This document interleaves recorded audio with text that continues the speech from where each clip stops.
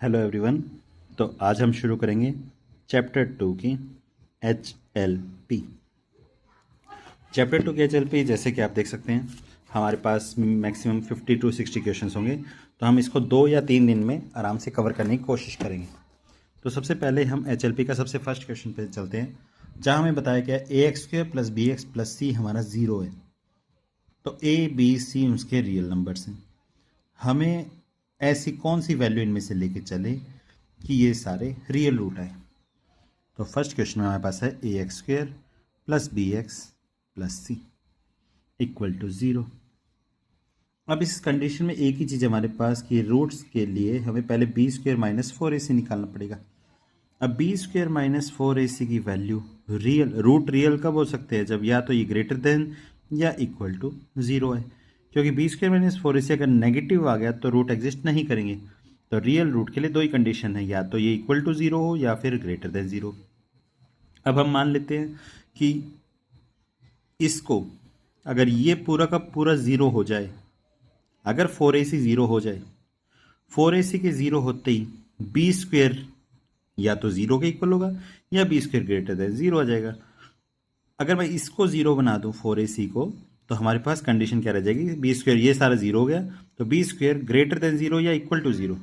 Minus का number भी लोगे B की जगह तो भी उसका स्क्वायर पॉजिटिव रहेगा, अगर प्लस का लोगे तो भी वो ग्रेटर देन 0 रहेगा, अगर B की जगह 0 लोगे तो इक्वल टू 0 भी आएगा। तो हर कंडीशन में वो रियल रूट रहेगा। अब 4AC को 0 बनाने के लिए या तो A 0 होना चाहिए या C 0 होना चाहिए। तो कंडीशन में या तो A इक्वल टू 0 होगा आइदर, या फिर C 0 होगा। A 0 हो गया तो भी पूरा 0, C 0 हो गया तो भी पूरा 0। तो यहाँ के आपके पास चार ऑप्शन है, A B C सारे इंटीजर्स हों। सारे इंटीजर्स होंगे तो कभी कंडीशन हो सकती है, क्या पता ये बड़ा आ जाए इसके स्क्वायर से, तो ये नेगेटिव हो जाएगा। ठीक है, तो इसमें चांसेस हैं नेगेटिव होने के। B² ग्रेटर देन 3AC, अगर B² 3AC से बड़ा भी हो, लेकिन वो कंडीशन ये जरूरी नहीं है ना कि वो 4AC से बड़ा होगा या नहीं होगा, तो इसमें हम यही लेके चलेंगे जो लास्ट ऑप्शन आपके पास C = 0। अब आइए सेकंड क्वेश्चन पे। तो चलिए सेकंड क्वेश्चन शुरू करते हैं। तो सेकंड क्वेश्चन में आप देख सकते हैं यहाँ हमारे पास है कि किसी कमरे के अंदर, एक रूम के अंदर कुछ ह्यूमन बींग्स और कुछ डॉग्स हैं। अगर जितने भी ह्यूमन बींग्स टोटल उस कमरे में हैं, उसका 1/10 के हम मान लो, अगर 10 आदमी हैं तो उसका 1/10 हो गया एक आदमी। अगर जितने भी उस कमरे में कम आदमी हैं उनके एक एक पैर गायब कर दिए जाए, 1/10 हिस्से हो गए, तो टोटल पैर उस कमरे में 77 है। हमें नंबर ऑफ डॉग्स निकालने। देखिए एक ह्यूमन के हमारे पास 2 पैर होते हैं, तो जितने भी ह्यूमन उस रूम में होंगे उनके 2 पैर होंगे। उनमें से जितने भी ह्यूमंस हैं उनका 1/10 पार्ट का ह्यूमंस के एक एक पैर गायब है, तो 1 से मल्टीप्लाई कर देंगे और टोटल जितने पैर थे टोटल ह्यूमंस के, उनमें से 1/10 पार्ट को माइनस कर देंगे। उसमें डॉग्स के पैर होते हैं 4, तो 4 से मल्टीप्लाई और टोटल पैर है 77। तो ये हो गया 2H - H/10 + 4D = 77। आप यहाँ X और Y भी ले सकते हैं। H और D इसलिए लिया है ताकि ह्यूमन और डॉग आसानी से समझ में आए। 10 हमने ले लिया LCM, 10 2 ज़ा 20H - H प्लस हो गया हमारे पास 4D = 77। 20H में से H माइनस किया, 19 बाय में 10 H + 4D = 77। अब H की जगह हम कुछ वैल्यूज पुट करके देखेंगे। एक सेकेंड, H की जगह हम कुछ वैल्यूज पुट करके देखेंगे। इसमें ऐसी वैल्यूज पुट करके देखेंगे कि ये नेचुरल नंबर हो क्योंकि टोटल ह्यूमंस हम पॉइंटों में कभी काउंट नहीं कर सकते, डॉग्स भी पॉइंटों में नहीं आनी चाहिए। तो हम यहाँ H की वैल्यू पहले 10 पुट करके देखो, 20 पुट करके देखो, 30 पुट कर, ऐसे 10 का मल्टीपल क्यों, क्योंकि नीचे 10 है, 10 से डायरेक्ट कैंसिल हो जाएगा। तो इसका आंसर आपका यहाँ से आएगा। 10 20 आप पुट करके देख सकते हैं, लेकिन इसका सॉल्यूशन आएगा 30 पुट करने पे, इससे सॉल्यूशंस नहीं आएंगे। 30 पुट करने पे देखिए 19/10 × 30 + 4D = 77। 0 से 0 कैंसिल, 19 3 ज़ा 57, sorry 57 plus 4d equal to 77, 4d equal to 20 और d इक्वल टू 5। तो आपके पास नंबर ऑफ डॉग्स उस रूम में कितने हैं, ये रहा आपका ऑप्शन 5। अब आइए थर्ड क्वेश्चन के ऊपर। थर्ड क्वेश्चन की स्टेटमेंट समझिए, थोड़े कंफ्यूजिंग क्वेश्चन हैं और सीबीएसई बोर्ड में इसी तरह के क्वेश्चन आते हैं। 1 रुपये के कॉइन और 5 रुपये के कॉइन हमारे पास अवेलेबल है। हम कितने भी 1 रुपये के कॉइन ले सकते हैं, कितने भी 5 रुपीज़ के कॉइन ले सकते हैं। हमें वो स्मॉलेस्ट पेमेंट निकालनी है which can not be made by these coins if not more than 5 coins are allowed. ज़्यादा से ज़्यादा 5 कॉइन लेने, आप उससे कम भी ले सकते हैं, उसकी कोई इशू नहीं है। मतलब आपके पास 5 कॉइन से कम ले सकते हो, लेकिन 5 से ज़्यादा नहीं लेने। और ₹1 के कॉइन है, ₹5 के कॉइन है। यहाँ ऑप्शन में आपके पास क्या क्या है, 3, 12, 14, 18। अब मिनिमम निकालना है तो 3, 5, 12, 3 है, 12 है, 14 है, 18 है, ये 4 ऑप्शन है। अगर मैं 3 कॉइन लेता हूँ, मैक्सिमम 5 लेने हैं, तीनों कॉइन में 1, 1, 1 के ले सकता हूँ, तो ये कंडीशन तो बन गई हमारे पास। कौन सा नहीं बनेगा वो बताना है। अब इस कंडीशन के लिए मैं क्या ले सकता हूँ, 2 कॉइन मैंने 5, 5 के ले लिए और 2 कॉइन मैंने 1, 1 के ले लिए।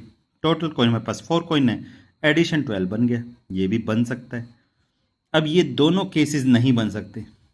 आप कुछ भी 5 मैक्सिमम कॉइन लेने हैं तो आप देख लीजिए, अगर मैंने 3 5 5 के कॉइन ले लिए तो ये इससे बड़ा हो गया, तो मिनिमम हमें 2 कॉइन लेने पड़ेंगे। 2 कॉइन मैंने लिए, 3 कॉइन में 5 कॉइन मैक्सिमम ले सकते हैं, तो एडिशन करने पे 13 बनता है, 14 नहीं बनता, 18 भी नहीं बन सकता। जैसे देखिए फिर 5 + 5 + 5 15। अगर मैंने एक और 5 ऐड किया तो वो हो जाएगा 20, इससे बड़ा। तो 2 कॉइन मैक्सिमम और ले सकते हैं, जिससे आंसर आ रहा है 17, ये भी नहीं बन रहा। लेकिन इन दोनों में स्मॉलेस्ट कौन सा है, ये वाला हमारा स्मॉलेस्ट है, तो यही हमारा आंसर है कि ये वो नंबर है स्मॉलेस्ट जो इन दोनों के कॉइन से नहीं बन रहा।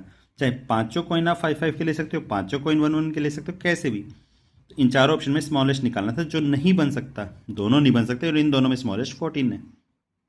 अब आइए नेक्स्ट क्वेश्चन पे। नेक्स्ट क्वेश्चन में आपके पास है x² का मॉड्यूल x का मॉड्यूल -6 = 0। देखिए फोर्थ क्वेश्चन, इसने बोला यहाँ 4 ऑप्शंस हैं इस इक्वेशन के साथ कि कौन सा ऑप्शन सही रहेगा। अब मैं एक बार ये मॉड्यूल हटा लेता हूँ, क्योंकि मॉड्यूल का मतलब होता है कि जो माइनस का नंबर होगा तो उसका भी प्लस आंसर आना चाहिए। ठीक है, इसने स्क्वायर को बाहर ले रखा है, कोई प्रॉब्लम नहीं। देखिए मैं पहले देखो, माइनस का नंबर होगा उसका स्क्वायर भी प्लस आएगा, माइनस का नंबर भी प्लस ही आएगा। हम इसको लिख सकते हैं x² + x -6 = 0। एक बार इसके फैक्टर्स कर लेते हैं, x² + 3x - 2x -6 = 0।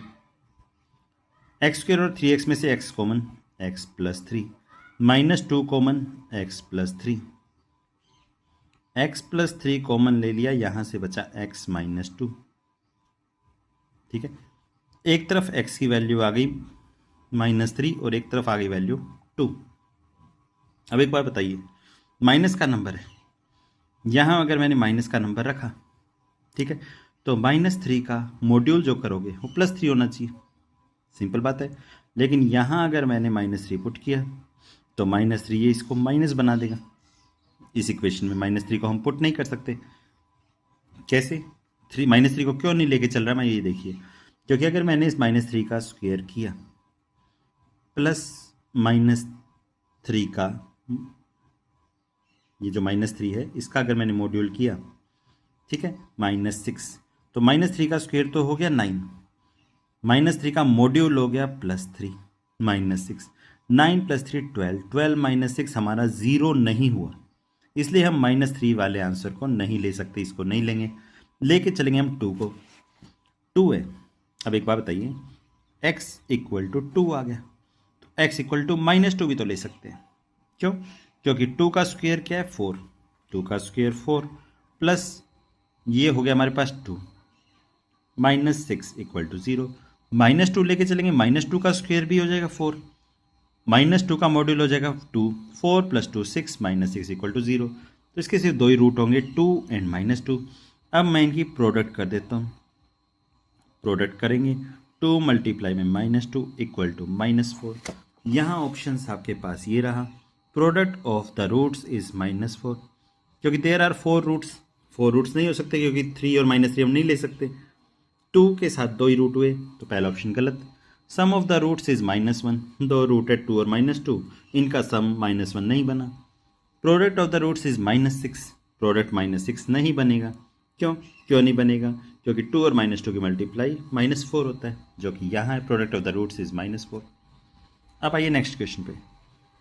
The number of integers n की वैल्यू 20 से नीचे लेनी है, और 20 से नीचे लेने के बाद ऐसा नंबर लेना है कि n² - 3n + 3 परफेक्ट स्क्वायर बन जाए। n² - 3n + 3, ये हमें परफेक्ट स्क्वायर लेना है। n की वैल्यू हमें 20 से नीचे लेके चलनी। कितने n होंगे जो इसको परफेक्ट स्क्वायर बना देंगे? देखिए, मैं पहले पुट करके देखता हूँ। 1 का स्क्वायर -3 × 1 + 3, 1 का स्क्वायर 1, -3 + 3, -3 से +3 आपस में कैंसिल, 1 बच गया। 1 हमारा एक परफेक्ट स्क्वायर है। अब n = 2 पुट करके देखते हैं। 2 का स्क्वायर -3 × 2 + 3, 2 का स्क्वायर 4, -6 + 3, 4 + 3 7, -6 1, ये परफेक्ट स्क्वायर है। तो आपके पास सिर्फ यही दो नंबर्स होंगे जो आपको इस इक्वेशन में परफेक्ट स्क्वायर देंगे, और ये दोनों नंबर्स 20 से छोटे। तो इसका आंसर होगा हमारे पास 2। फिर आइए, x और y दो नॉन नेगेटिव इंटीजर्स हैं। 2x + y = 10। फिफ्थ क्वेश्चन के बाद सिक्स्थ क्वेश्चन देखिए, 2x + y = 10। अब इसमें हमें ऐसा बताना है कि sum of maximum and minimum value of x + y, sum of maximum and minimum value of x + y। देखिए, या एक कंडीशन में पहला केस ले लेते हैं, केस 1। केस 1 में मैंने x की वैल्यू को मैक्सिमम ले लिया। x की वैल्यू मैक्सिमम क्या हो सकती है? यहाँ मुझे दोनों के दोनों नॉन नेगेटिव नंबर्स चाहिए। नॉन नेगेटिव नंबर्स मतलब प्लस के नंबर चाहिए। तो x की वैल्यू 5 नहीं ले सकते। 2 5 10, अपने आप 10 हो गया, तो y 0 हो गया। मुझे लेना है पॉजिटिव नंबर, तो 5 से छोटा नंबर लेते हैं। 2 4 8 + 2 = 10। तो यहाँ x की वैल्यू 4, y की वैल्यू 2, इस तरह से हो गया। अब केस 2 में हमने इसको छोटा लिया था, इसको बड़ा लिया था। x को बड़ा ले लिया, y को छोटा ले लिया। अब y को बड़ा ले लो, y को ले लिया 8, 2 1 2 + 8 = 10, क्योंकि नेचुरल नंबर लेके आने हैं, इसलिए यहाँ x की वैल्यू हो गई 1, y की वैल्यू हो गई 8।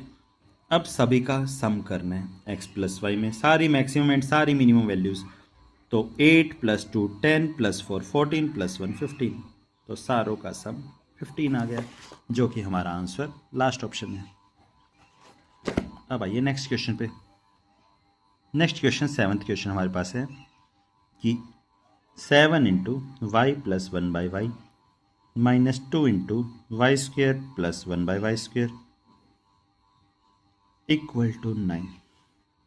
देखिए, इसमें अगर लेट कर लेते हैं कि y + 1/y को हम कोई अल्फ़ाबेट मान लेते हैं, तो ये y + 1/y x के इक्वल है।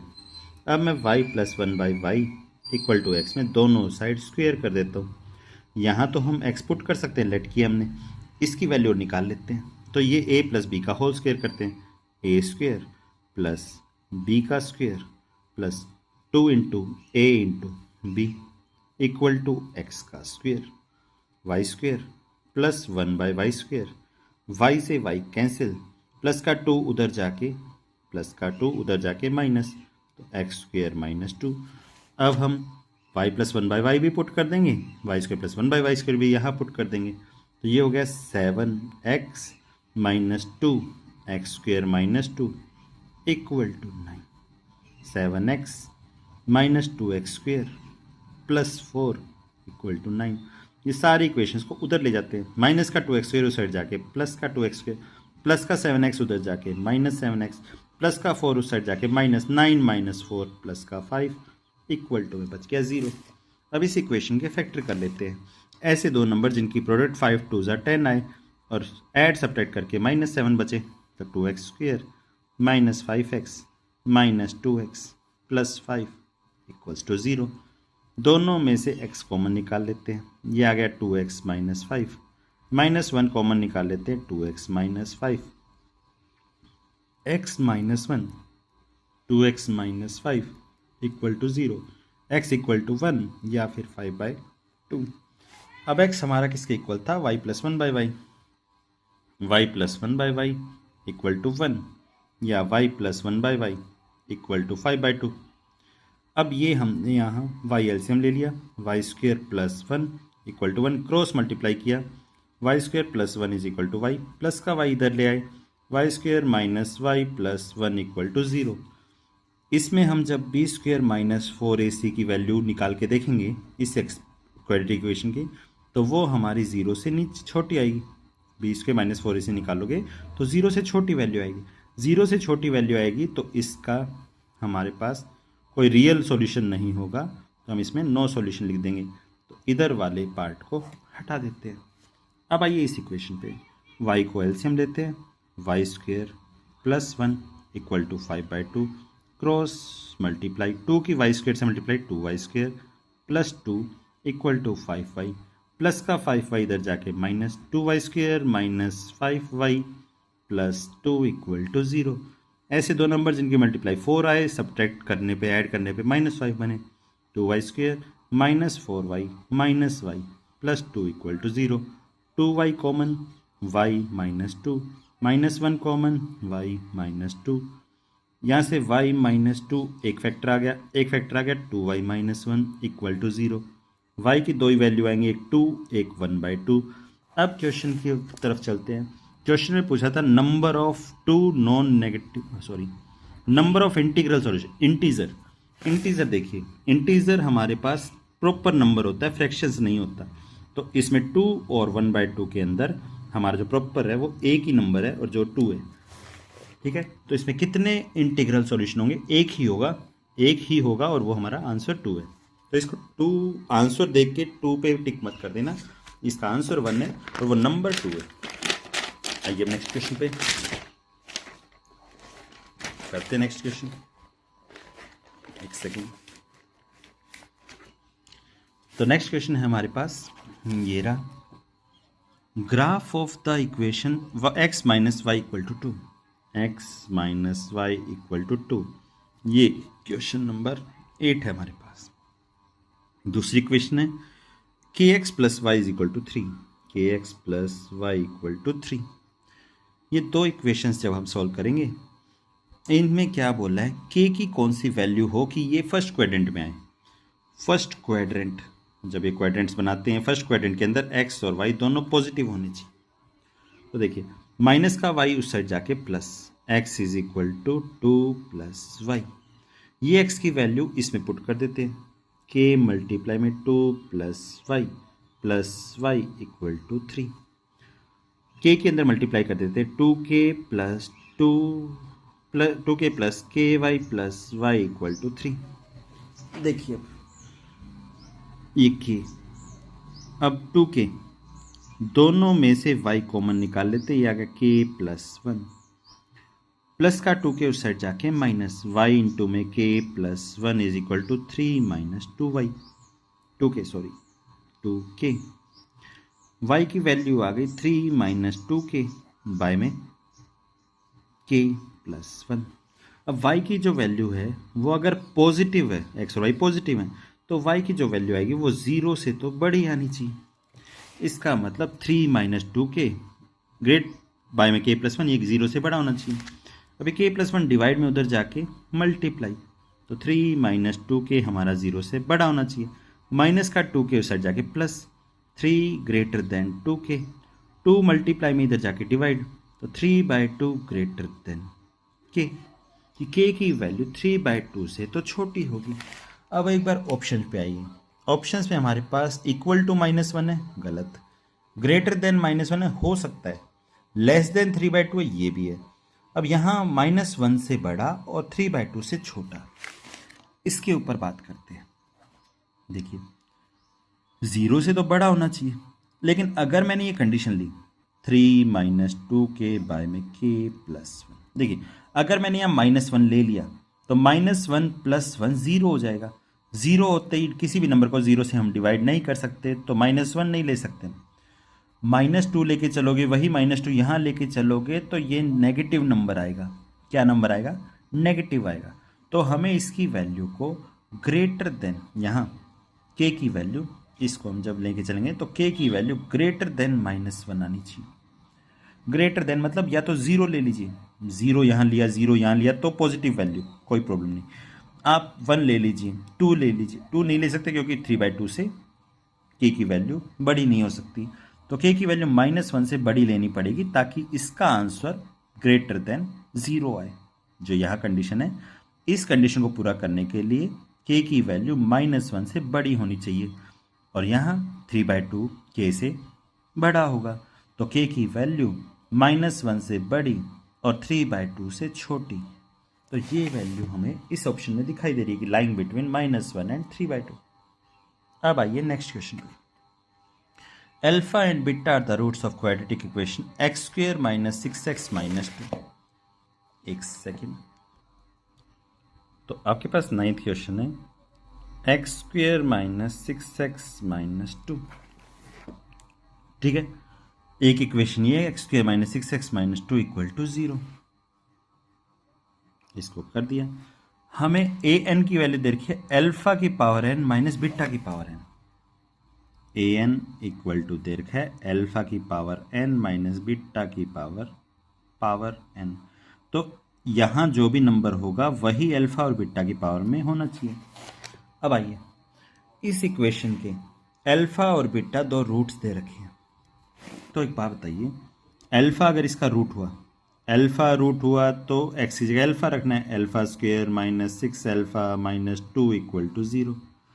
तो ये हो गया α² - 2 = 6 अल्फा, यही आ गया। अब आइए इधर एक बार ये और चेक कर लेते हैं। अगर बीटा इसका रूट है, बीटा अगर रूट है तो बीटा स्क्वायर, जहाँ जहाँ x है वहाँ बीटा रख दिया, बीटा का square -6 beta -2 = 0, beta square -6 beta -2 = 0। -6 beta को उधर ले जाते हैं, तो b² - 2 = 6 बीटा। ये 6 अल्फा के इक्वल, ये 6 बीटा के इक्वल। अब आइए दोनों इक्वेशनों को सब्ट्रैक्ट कर दीजिए। एक काम करते हैं, मुझे यहाँ जो क्वेश्चन है, क्वेश्चन में मुझे यहाँ A10 लेके आना है। एक सेकंड, तो हम बता रहे थे कि यहाँ A10 लेके आना है, A8 चाहिए मुझे, A9 चाहिए। ठीक है, तो इसको 10 पावर ले जाते हैं। 10 पावर बनाने के लिए मैंने क्या किया, दोनों साइड इक्वल टू के इधर भी, इक्वल टू के इधर भी अल्फा की पावर 8 से मल्टीप्लाई कर दिया। यही काम हम बीटा के साथ कर देते हैं। बीटा में दोनों साइड बीटा की पावर 8 से मल्टीप्लाई कर देते हैं। अल्फा की पावर 8 मल्टीप्लाई पे अल्फा का स्क्वायर, तो अल्फा की पावर 10 -2 मल्टीप्लाई में अल्फा की पावर 8 = 6 मल्टीप्लाई में अल्फा की पावर 9। इधर आ जाइए, बीटा की पावर 10 -2 बीटा की पावर 8 = 6 बीटा की पावर 9। अब इस इक्वेशन में से इस इक्वेशन को माइनस कर देते हैं। ये आ गया अल्फा की पावर 10 माइनस बीटा की पावर 10। इसमें से इसको माइनस किया, माइनस ये माइनस माइनस प्लस हो जाएगा, तो -2, इसमें -2 कॉमन ले लेंगे, अल्फा की पावर 8 माइनस बीटा की पावर 8 = 6 कॉमन ले लेंगे, अल्फा की पावर 9 माइनस बीटा की पावर 9। अब देखिए अल्फा की पावर 10 माइनस बीटा की पावर 10, इसको ब्रैकेट में लिख लीजिए। ये देखिए अगर मैं अल्फा की पावर 10 और बीटा की पावर 10 करूंगा तो A10 के इक्वल हो जाएगा। तो ये हो गया हमारा A10 माइनस, ये सेम पावर 8 8 है तो ये 2 इंटू में A8 हो जाएगा, इक्वल टू ये 6 इंटू में A9 हो जाएगा, पावर 9 9 है। अब क्वेश्चन में जिसकी वैल्यू निकालनी है उस पर चलिए। A10 - 2 A8, A10 - 2 A8 divided by 2a9। तो मैं इधर भी सेम नंबर से डिवाइड कर लेता हूँ 2a9, इधर भी सेम नंबर से डिवाइड कर लेते हैं 2a9, a9 से a9 कैंसिल, 2 3 6, इसका आंसर आ जाएगा 3। इसकी वैल्यू निकालनी थी, आंसर आ गया 3।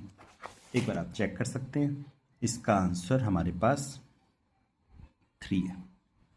3 इस ऑप्शन में, तो यही आंसर, इसमें 0 भी पुट कर सकते हैं, कोई प्रॉब्लम नहीं आएगी। अब आइए अगले क्वेश्चन पे। अगला क्वेश्चन है हमारे पास क्वेश्चन नंबर 10। तो क्वेश्चन नंबर 10 में आप देखिए, क्वेश्चन नंबर 10 में आपके पास दे रखा है px plus 3y minus p minus 3 equal to 0। दूसरी इक्वेशन दे रखी है 12x plus py minus p equal to 0। ये रहे दो इक्वेशंस, px प्लस 3y वाली, और ये हुई दूसरी इक्वेशन।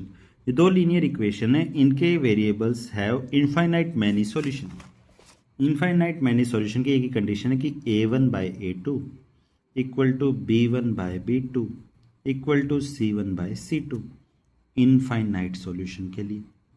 अब देखिए a1 जो x का कोफिशिएंट है, p यहाँ x का कोफिशिएंट 12, तो p by 12 equal to 3 by p equal to minus of p minus 3 by में माइनस p, तो माइनस से माइनस कैंसिल। अब जब ये सारे आपस में इक्वल हैं, माइनस से माइनस कैंसिल कर दिया, तो पहले इन दोनों को आपस में इक्वल पुट कर लेते हैं, फिर वो वैल्यू यहाँ चेक कर लेंगे कि सही आ रही है या नहीं आ रही। तो p की p से, ये p by 12 equal to 3 by p, cross multiply, p की p से मल्टीप्लाई, p स्क्वेयर, 12 3 36, p की वैल्यू आ गई 6। चेक करते हैं तीसरे वाले में, 6 माइनस 3 डिवाइडेड बाय 6, 6 माइनस 3 हो गया हमारे पास 3 बाय में 6, कैंसिल करके देखते हैं 1 बाई 2, यहाँ पुट करते देखते हैं 6 बाई 12 कैंसिल किया तो 1 बाई 2, यहाँ पुट करके देखते हैं 3 बाई 6 1 बाई 2, तो सारे रेशियोज इक्वल हैं, तो इसका मतलब p की वैल्यू 6 आ गई। आज के लिए इतना ही।